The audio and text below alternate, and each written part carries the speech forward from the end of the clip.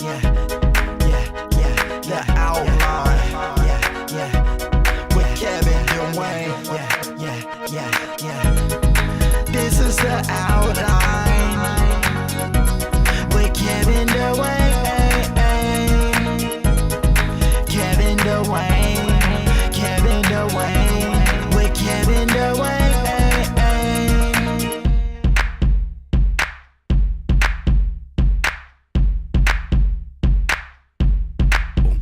What's going on, you guys? It's The Outline with Kevin Dwayne. Thank you so much for joining me. It's another week. I hope you guys are having a great week. It's moving, I guess, progressively, considering all things that are going on in my life. I just hope that it's happening with you all. I hope your weekends were awesome as well. This last weekend was a major move for me, I think. I did an event for 3 days called the Sweet Fest.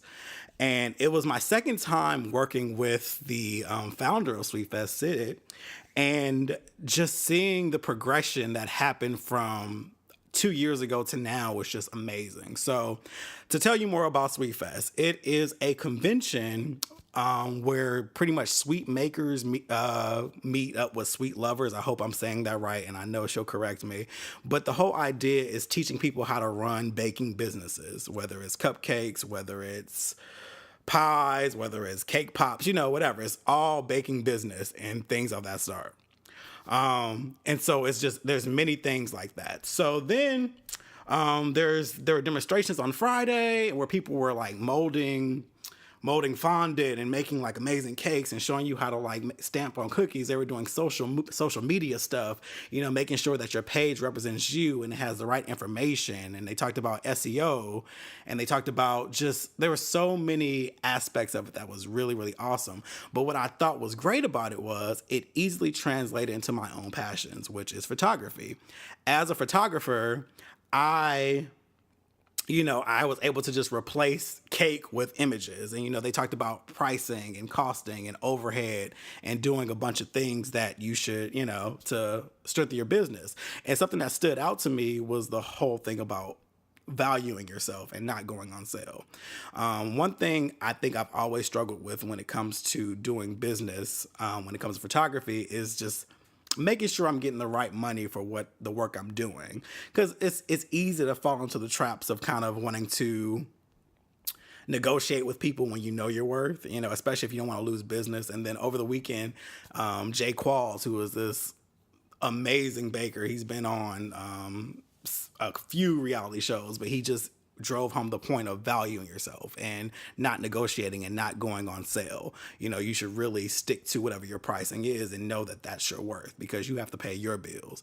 And people who will try to haggle your prices wouldn't do that anywhere else. If you go into Macy's and see a pair of glasses and they're $350, you don't say, "Oh, I'll give you $200. No, your ass gonna pay that $350.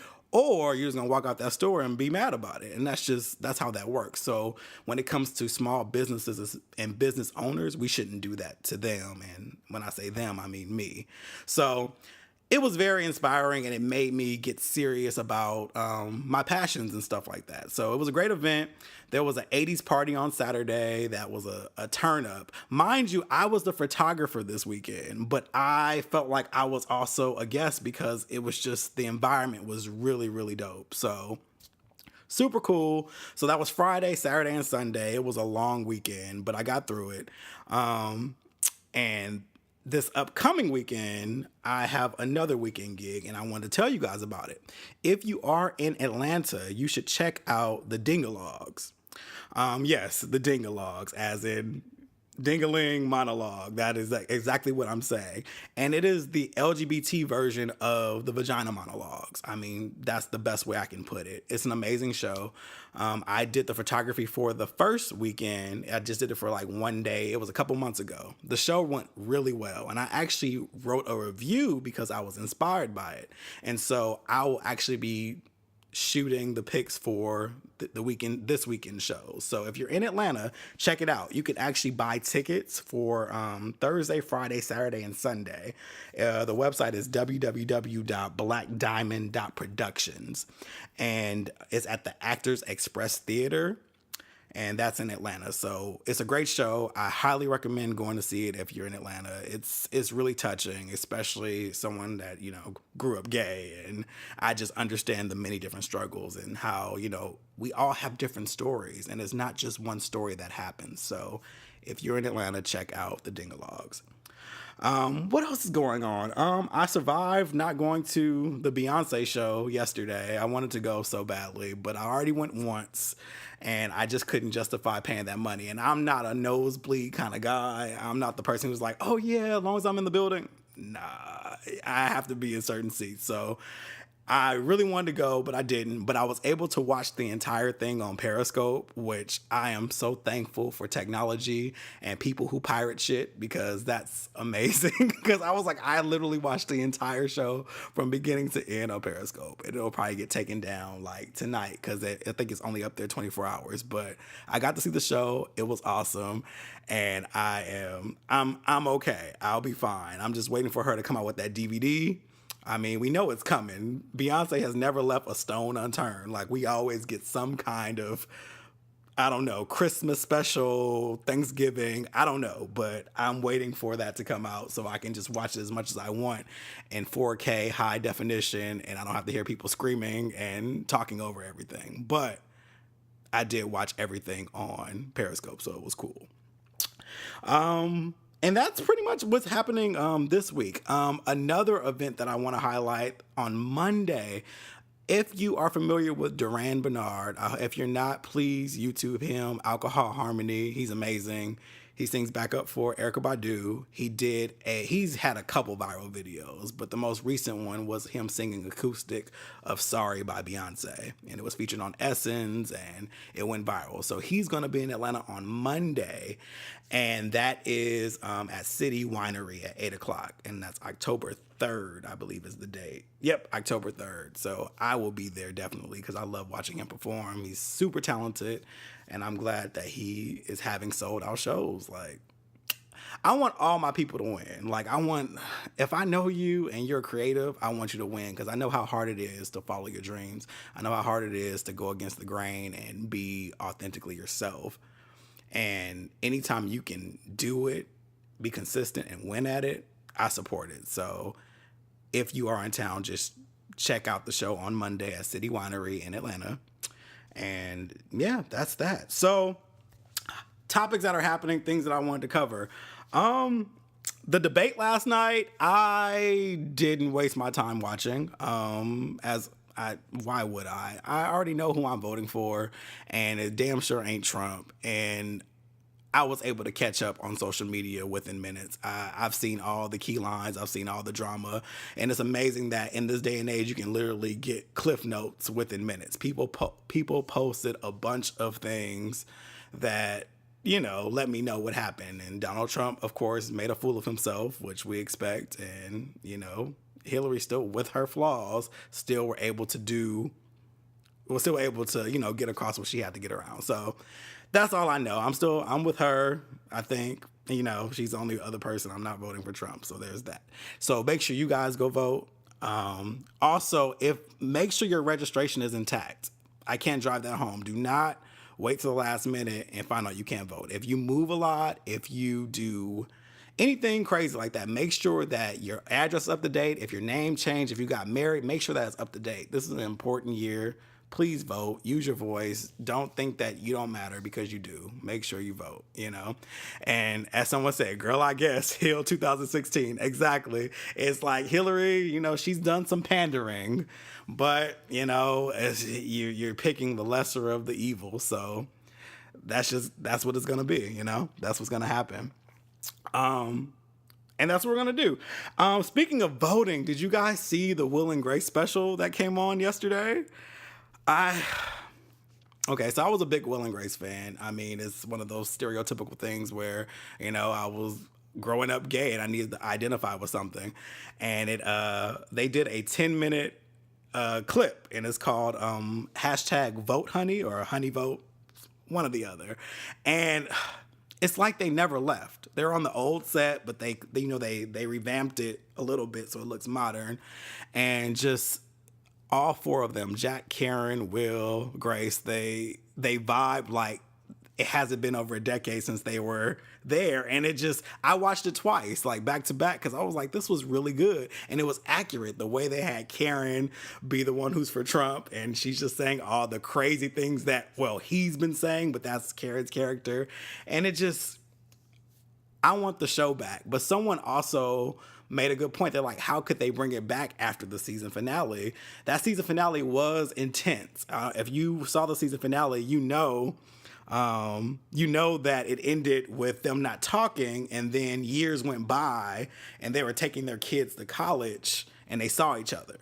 So how would you go back and tell the story and make it different? Now, I don't really give a damn about the season finale. If you want, listen, NBC, Netflix, the writers, if you want to go and bring that show back, I will gladly erase the season finale out of my head, and you can write whatever the fuck you want to write. But I would love to see Will and Grace on television again. It was so dope to see them and have that chemistry, and the chemistry is too good. Mind you, I don't think any of them are doing anything right now anyway, so they probably are. I don't want to be that guy. They probably are, but they need to be on Will and Grace. They need to be back on NBC or Netflix, whatever. I'm here for it. I would totally watch it. And I think it would be a success. It would be like almost if you brought Friends back for some people, you know? It's just that these shows were so beloved. And if you bring the original cast back, you're good. Don't try anything new. Don't add any characters. Keep it original and you'll be good. I'm talking about Will and Grace. They did a 10-minute, oh my God. Living Single is another show. Someone on Periscope mentioned Living Single. That would be a great show to bring back. But Will and Grace did a 10-minute segment for voting, and it was amazing. So there's that. So just to remind you guys, if you came in late to the podcast, we are including Facebook Live and also Periscope. So now people can interact during the live recording, and it gives an exclusive to the people who are witnessing the live recording when I record it. So next week, because you're probably hearing this the next day, next week, make sure you are on Periscope or Facebook Live, and you can also interact with the podcast as well. And we have quite a few people in here, so it looks like we're having a good time. So if I go back and forth, I'll try to say the questions that are being asked in the commentary before I mention it. It's so easy to fall into it, but I want to make sure I'm not leaving you guys out at all. So there we go. So another thing that I caught wind of, the play by August Wilson, Fences, very popular play. It won a Tony and a Pulitzer Prize. And there's been a viral video going around for years of James Earl Jones playing the father, giving the monologue to his son about showing his love through his acts versus just saying, I love you or being nice. And that's a very popular clip. Well, Denzel Washington is not only in the movie, he is directing it, and it's alongside Viola Davis. The trailer was released today, and it looks absolutely amazing. And I love where we are right now with, as I call, melanin media. I love where we are with all these beautifully scripted and shot Black shows and Black entertainment. Like, it's just a good time right now between Queen Sugar and Atlanta, and then now we have the Fences coming out, and then Ava DuVernay also has a documentary that's coming out soon called 13th, which talks about how America profits off of mass incarceration, which we know, but she's breaking it down so you can really, really see what's happening. And that's coming out, I believe, next week on Netflix. So it's a great time right now for television. I love television. I love being able to see these complex characters that are not stereotypical, that are actually, they have depth. Like Queen Sugar is a great example of that. Ralph Angel, his character is so complex that it's almost scary. Like, he goes from almost being like misogynistic and sexist, but then he becomes vulnerable out of nowhere, and he's like super soft and sweet. And I'm like, this is what we need, complex character. I don't believe that people are just one way. And a lot of times when you have television, you don't get all of that. And I think Ava did an amazing job, and so I can't wait to watch that show this week as well. Yep, it's not one dimensional at all, and it's beautiful. It's beautifully shot, and you always want more. And it's a great time for television. I'm excited. And I was having this conversation with someone on Sunday. I think we've been pushed back into scripted television. I think that people are getting tired of reality TV.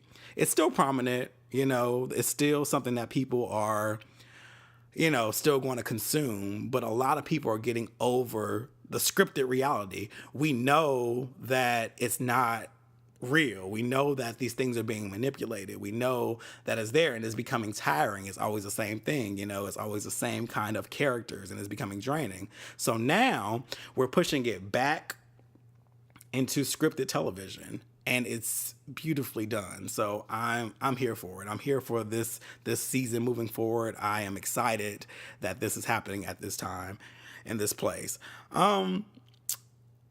I don't know how to transition into Empire last week because I don't consider it the same thing, but I do want to talk about Empire, and it wasn't because of the show. I think Lee Daniels is running it into the ground, but that's my personal opinion. But I did want to note one person that just slayed for me, and that was Sierra McLean. Sierra McLean, I don't know if you guys remember her, or maybe you do. If you're in Atlanta, you definitely know who she is. She was in the movie Daddy's Little Girls, which was a Tyler Perry movie. And it was her and her other two sisters. Her younger sister, China, she went on to be on Disney and do a lot more than the other two sisters. Well, last week in the season premiere, Sierra was in the show, and she had this song called, I think it's I don't know if it's called We Need Freedom or something like that. But her voice, the runs, the placement, it was just, it was really, really good. And I just love that song, and I love that she is getting her shine. And also it was dope because China, her sister, was just shouting her out the whole time on Twitter, and she was just reposting and retweeting. And I think it's dope how they all have love for one another, and they're not, there's no sibling rival. They're like, what, we're all winning. And I just thought that was beautiful. But I think she's dope.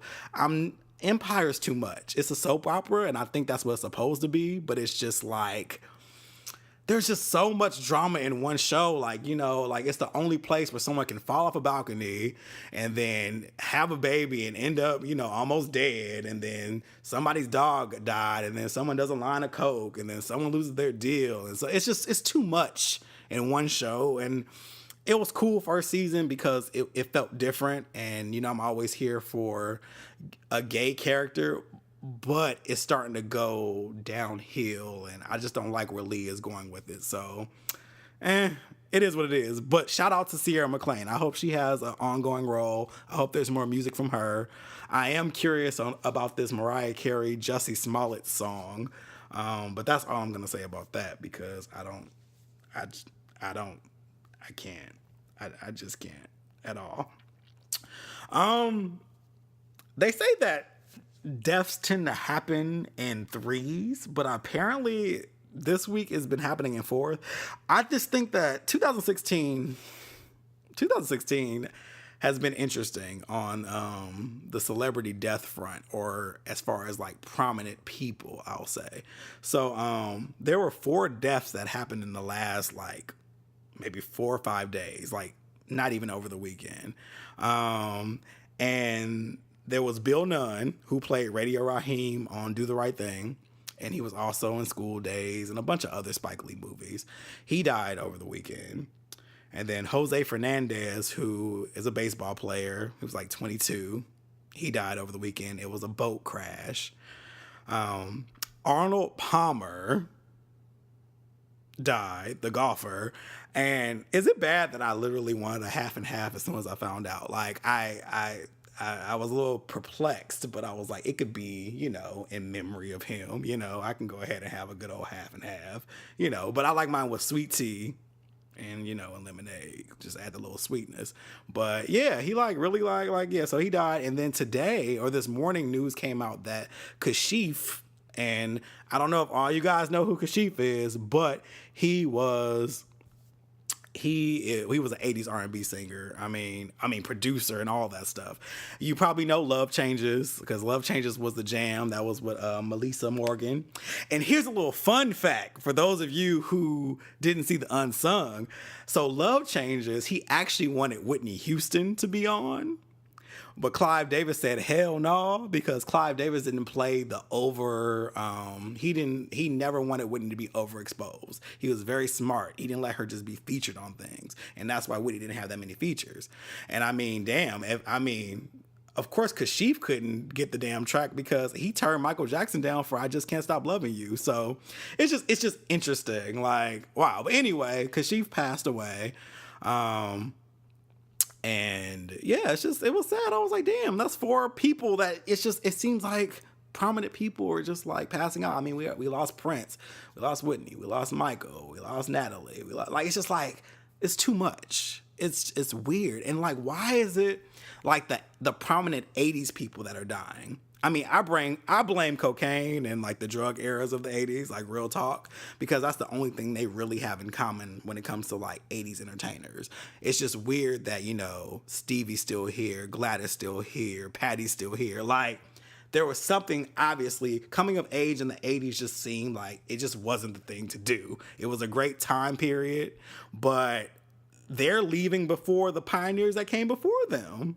Like, it's crazy. Aretha's still here.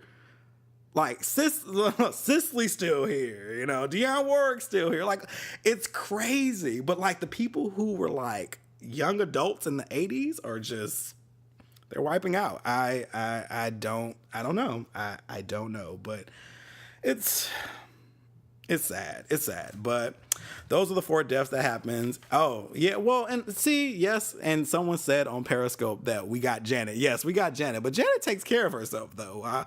There's never been any drug drama or anything like that with Janet, thank God. I mean, I think the darkest we saw Janet get was in Velvet Rope, and that gave us a great album, but I know that was like the darkest time that I remember. And she's had her brushes in with like weight and stuff like that, but that's just being comfortable. Everybody needs a time to be able to just eat what they want to eat, but that was the darkest time during Velvet Rope with Janet Jackson. But I'm glad we still have her, and Madonna's ass is still here too, but whatever. So those were the topics that were prominent over the weekend, or at least what I saw was catching up. Someone posted on Facebook Live that Solange's new album is supposed to come out this Friday. I don't know for sure. I mean, that person's a fan, so it probably is coming out on Friday. But that's dope. Solange is dope. I wouldn't mind seeing Solange. I'm cracking up at the comments in Facebook Live. Someone called Madonna a fossil. Someone says she's dancing at Shady Pines. You guys have to join Periscope and Facebook Live next week. I have a feeling this is going to be a fun thing to do because people are going in on Madonna right now. But yeah, Madonna, she is... It's funny because she is a fossil. She's like a shell of herself, and she still is out here, damn near 70, doing things for shock value, and it's hilarious. Like, I was done when she kissed Drake. I was just like, I don't understand. I don't get it at all. But whatever, that's that. So that was all for the hot topics of the week. I wanted to get into the meat, the table topic. I'm cracking up, you guys. Someone said now she looks like a husk. Get on Facebook Live, get on Periscope. It's going to be lit. I can tell you right now.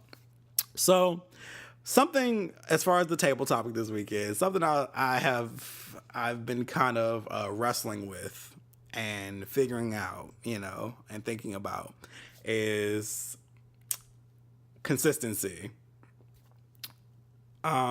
And I mean consistency in private life, in business, in everything that we do. One thing that I have tasked myself to do is be consistent, because consistency kills competition. And you have to really put your focus. Consistency is beautiful. It is. And I noticed that with me being more consistent in what I choose to do, I do notice inconsistency in other people, and it drives me insane. It drives me absolutely insane. Let's talk business first because I don't.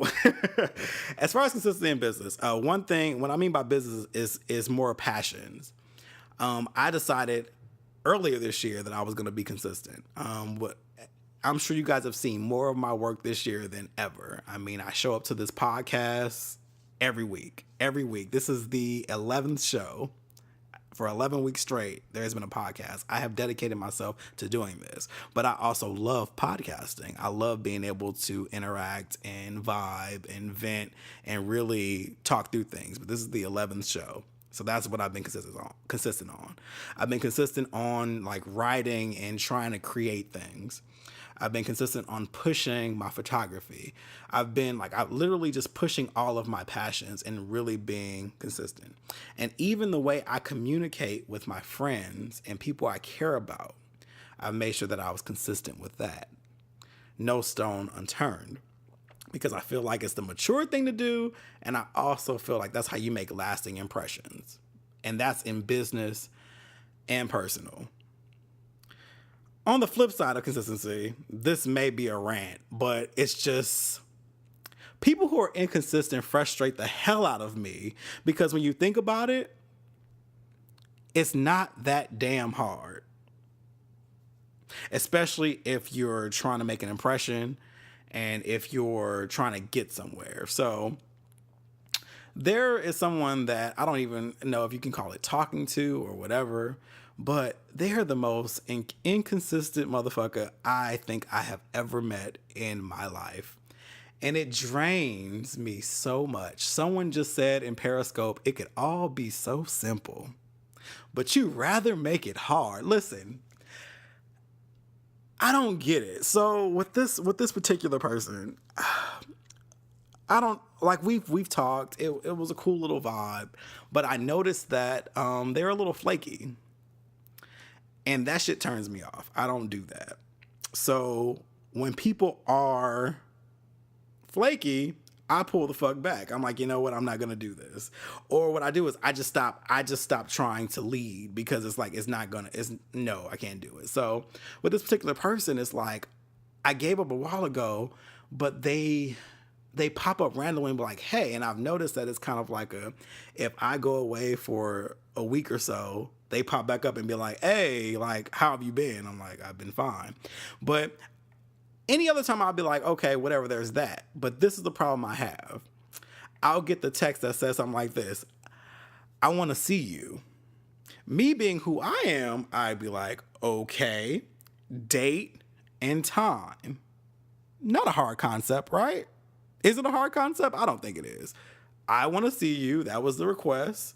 I answer your request. I say date and time. This person disappears at that moment every fucking time. I don't get it. Why say, I want to see you, and I give you a fucking opportunity, and you disappear? It doesn't make any damn sense. It doesn't make any sense. I don't get it. And it's the most frustrating thing too, because number one, I'm too forgiving. I should have nipped that shit in the butt long time ago. It wasn't, someone said it's fear, and it may be. And I was actually talking to someone about that. It could be fear, but it's also just, it's weird, especially for grown ass men.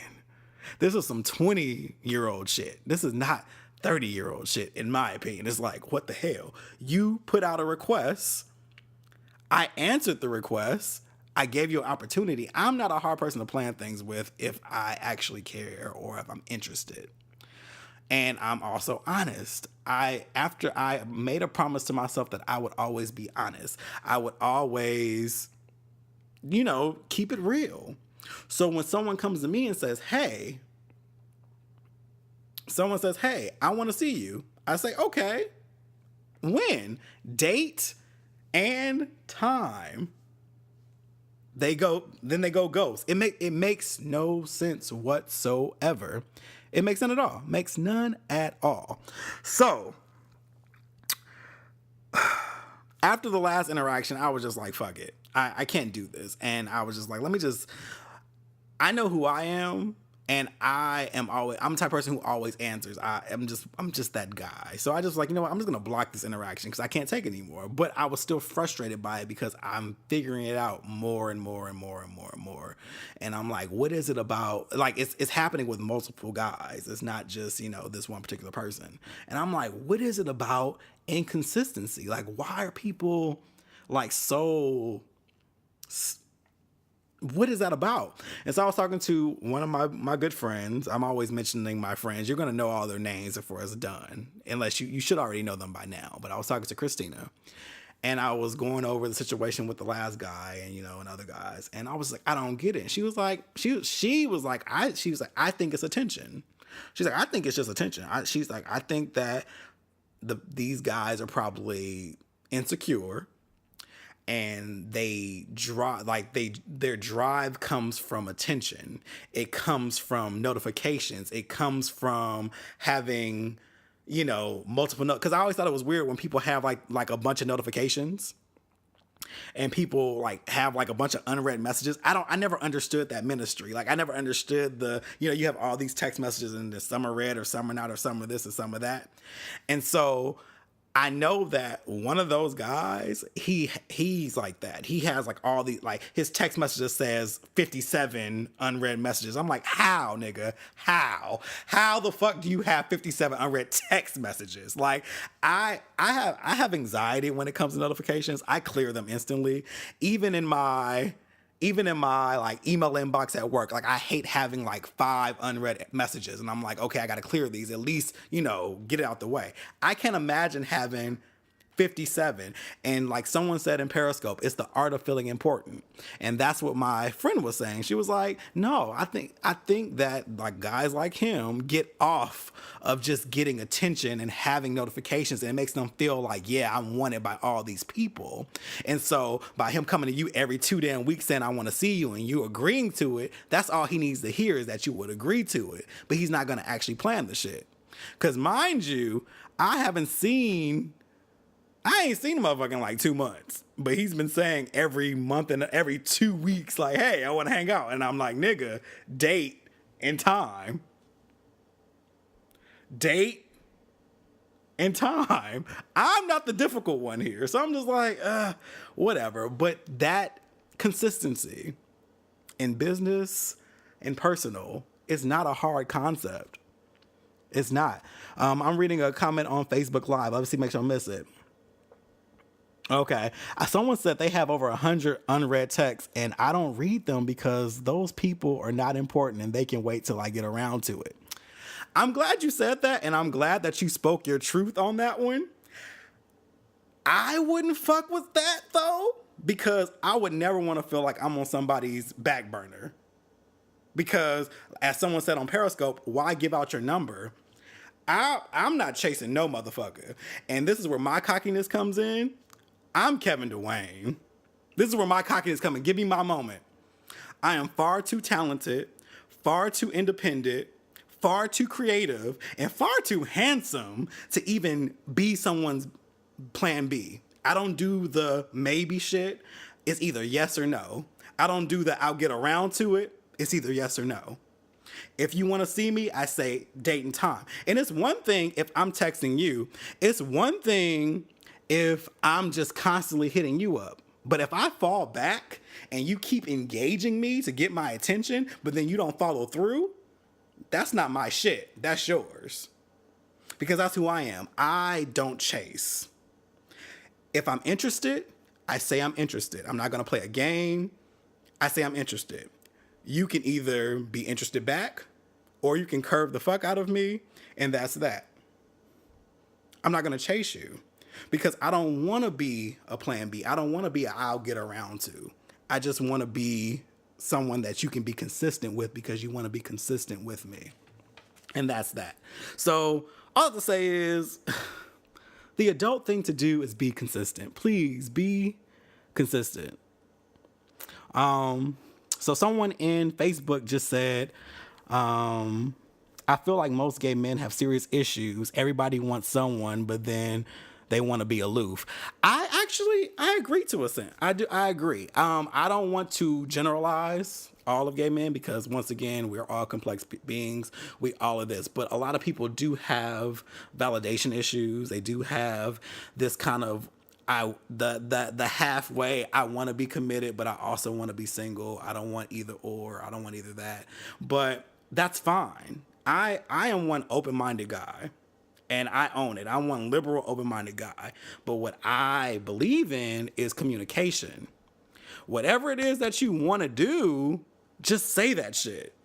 Because remember, the real betrayal of whatever comes from doing shit behind people's backs. You'd be surprised that if you just kept it real with yourself and said, listen, this is what I'm thinking. You'd be surprised at how far you can get. Just communicate. Just communicate. Just be 100. Yes. Yes, Chef Amanda. Yes. Just be 100. Like, and that's where I'm at. And a lot of people are uncomfortable with it. I've been on first dates and I've been 100 with people and they're like, oh, I can't get with that. But you can't call me a liar because I was direct with you about what I'm looking for. And I think ultimately that's why I get frustrated when people are inconsistent or when their words don't match their actions. You can't say, oh, I want to see you. Oh, let's hang out, especially if you live locally, motherfucker.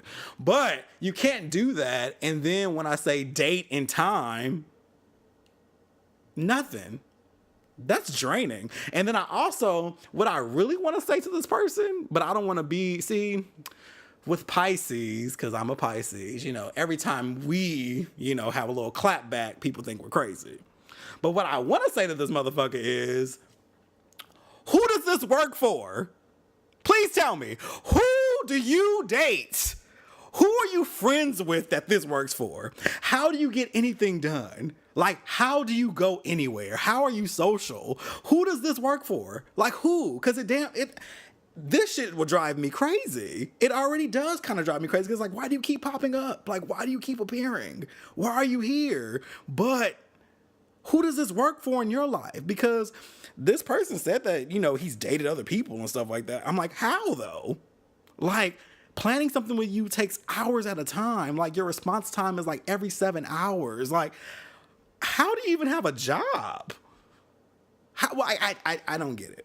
But it's not for me, and I'm good. I know who I am as a person. I'm just saying, let's just have consistency. Just, do things, Right. And then someone in the Facebook chat said, you have to learn to commit to something at some point in your life. Something. And if that's returning a text message or, providing a date and time, that may be that thing. It may be it, but it's just, I choose to be consistent. I choose. Now, it was funny because someone in Periscope said that they feel it might be fear. I won't say, I don't really know how to dissect that. And I know someone was asking why, but it could be, but it's funny because that's the next point on my table topics. I talk about fear of success. So one thing that I've struggled with is fear of success. If you're familiar with the Friend Zone podcast, if not, check them out. So it's all about mental health and stuff like that. They talk about imposter syndrome. And that's something that I truly struggle with. Imposter syndrome is pretty much the idea that you can be accomplished. You can be really creative. You can actually hit goals and be praised for your work and still feel like you're not the real thing. And that's something that I tend to struggle with. And I think that I fear success because I think it's going to drive a higher level of responsibility. But I'm actually fighting that. And one of the things I think really helped, as I talked about earlier, was Sweet Fest over the weekend. Sweet Fest really kind of drove home a lot of thoughts for me. It really pushed me into that, that entrepreneurial mind frame and that kind of like, no, there's money to be made and there's things that can be done, And so, but I know it's been fear. I know it's been a fear of it's weird. I can't explain it, but it is a fear of success. It's not a fear of failing at all. It's not a fear of failing, but it's a fear of success. It's hard to explain, but it reminds me of, there was a Different World episode, and it was the one where Denise was still on there, and then Claire Huxtable came to the campus and they had lunch.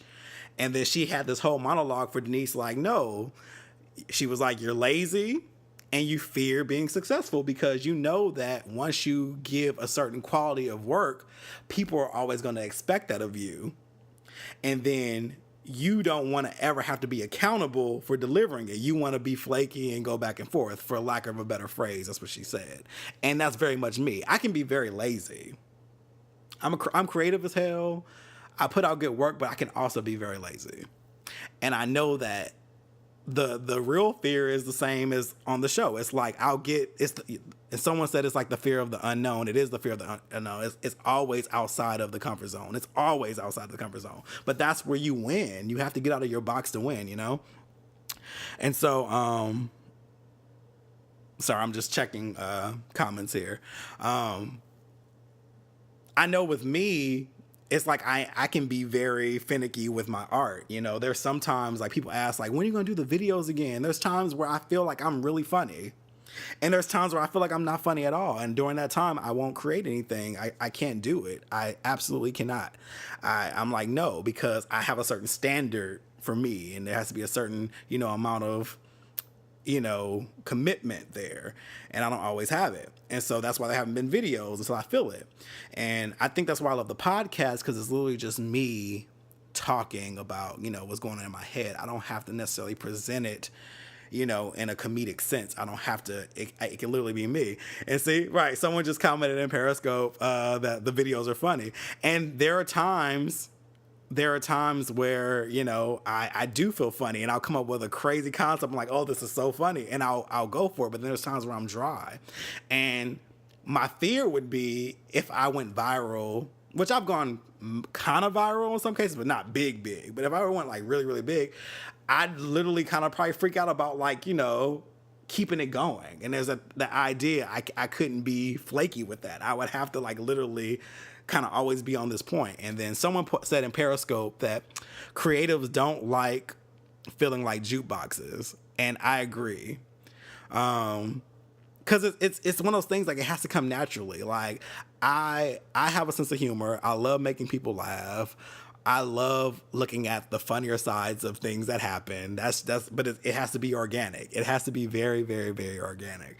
But if I feel like I have to deliver it all the time, that would drive me crazy. Like, it would drive me absolutely crazy. And that's why I can't do it like on a schedule. Like, okay, every Thursday you're gonna get a funny ass video, because it may not be funny. It may be entertaining, but it may not be funny. I just do it as I go. But it's just one of those things that happens. But I think that's where the fear of success comes in. It's not the failure, it's the idea of like, once you hit that quality and people expect it of you, it's like you always want to, you want to match it. I think about Michael Jackson after Thriller. I think about Adele after 21. Well, shit, now 25, because I think 25 is past 21. It's not as critically acclaimed, though, but I think it's past it in sales. But I think, like, when people make great work, and then you kind of feel like, what do I do? And I mean, that's why Lauryn Hill disappeared. Because she was like, I don't want to do this. This came from a place, like, this came from my experiences. And the reason you guys love it is because it feels real.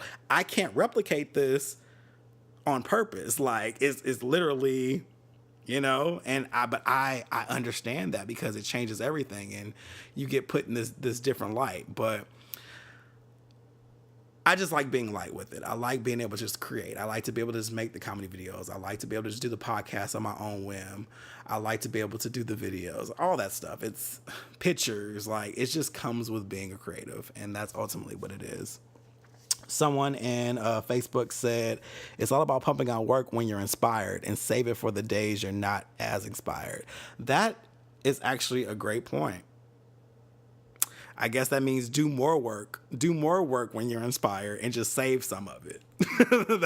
And one thing I do to kind of keep the creative juices going is write. Just write. Literally. Yep, exactly. You said it as I said it. Right. You just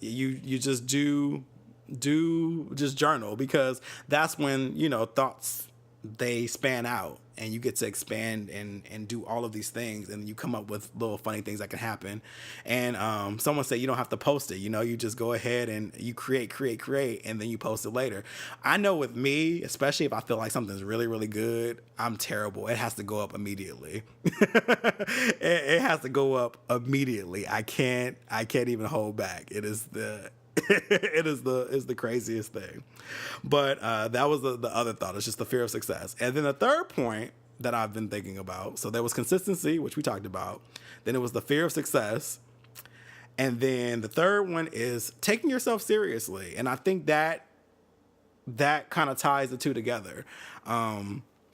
Because of my imposter syndrome and feeling like sometimes I'm not inadequate, it'll cause me to like stand back or probably not, not push forward, with things I know I can do. But then there's times you're like, no, you have to say to yourself, I'm legit. I am legit. Like, I know what I'm doing. And I had to pull back and look at my portfolio. I've been doing photography now professionally since 2012. I mean, it was a hobby before, but I'm talking about making money off of it. And I had to have a real conversation with myself. I was like, Kevin, you have an extensive portfolio. In this time, which I think is crazy, I used to say yes to everything, and I'm glad I did. I've done food photography. I've done baby photography. I've done engagements. I've done a wedding. I've done several birthday parties. I've done family photos. I've done jewelry, lifestyle photography. I did headshots for Vibe Ride, which is a spin studio. I have all of this experience under my belt, and yet I still feel like an imposter sometimes. Isn't that weird? That's so weird. I have all of this proof on my side and all this proof on my computer, and I'm constantly working and still feel like, like I'm not the real thing or something, when in reality I am. And I think it comes a point where you have to take yourself seriously and say, no, I'm legit. And I should charge like someone who is legit. And once again, I shout out Sweet Fest for that, because it literally inspired me to do that, where I'm like, you know what? I could really rock this if I really put my mind to it and really stop playing games. Because I play. Photography has always been, or being a creative, but photography in general has always been kind of a weekend warrior thing for me. When I started, I didn't really think about going full time. I always said to myself, oh no, it's a hobby. I'll just do things on the side. But as I'm still in corporate America now and realize, what we put ourselves through, I'm getting to a place where I'm like, well, maybe I could do this full time. Let's see what happens. And it just put me in a mindset where I'm like, you know what, let me get a little bit more serious. Let me push myself and just see what I can do over time. But lo and behold, in a couple years, if I'm able to like match my salary in my 9-to-5, who knows what could happen? Who knows? But I'm taking myself more serious, and I think you guys should do that as well. But that was my table topic. And for our final thing is the mental health moment. I know I haven't had one in a couple weeks, but got this from the Friend Zone a few weeks ago, actually. Cleansing baths. And so I don't know if you guys know about energy and auras and stuff like that, but like when you interact with people, they have certain energies, and people have certain things that they can pass off on you. And it's like when you can go in a room and do things, and people pass that off. So that's why when you meet certain people, you're like, I'm not feeling them. I don't feel their energy. Like, it's real. And so anytime you have like a really terrible day or a bad day, it's always dope to take a hot salt bath. Preferably rock salt, because it cleanses the energy, and the whole idea is just to kind of let it pass away as the water drains out of the tub. So you take the hot bath and you just kind of just relax and chill out. And then what you do is you just let the water drain and imagine all your problems draining away. I've done this several times, and let me tell you, it works. It's the best after, like, when I'm telling you those stressful days where you just don't know what's happening and your mind is just lost. It's the best thing to do. Hot bath with, like, you can do like Himalayan rock salt or just a regular rock salt, and just bathe for like 20 minutes. And then literally as it's draining, just imagine all your problems going away. So that is my mental health thing for you guys to try. Like, let me know how it works for you. Let me know how it happens. You can find me on Twitter, The World of Kevin. You can tweet me there. Find me on Instagram, Facebook, and tell your friends to be on Periscope next week and be on Facebook Live next week. And we'll do this. Remember, subscribe to the podcast. The podcast is on iTunes. It's on SoundCloud. It's on Stitcher. It's on Google Play Music. And most importantly, it's on KevinDwayne.com. So forget all that. Just go to KevinDwayne.com and just subscribe from there. But this is how we're going to do this. So if you come to Periscope and you come to Facebook Live, you'll get an exclusive viewing of me recording the podcast that comes out on Wednesday. So this show will be on tomorrow. But those people who are on Periscope are watching me doing it right now. So that is it. Thank you guys for, testing this out with me. This was fun. So I think this may be the new standard. So thank you. This was great. So I'll see you all next week, and you guys will all hear me next week. You just choose which device you want to do that on, and we'll be good. Make sure you go and rate and subscribe and leave your comments. That helps with the ranking. I appreciate it. Love you all, and thank you for listening to The Outline. Peace out.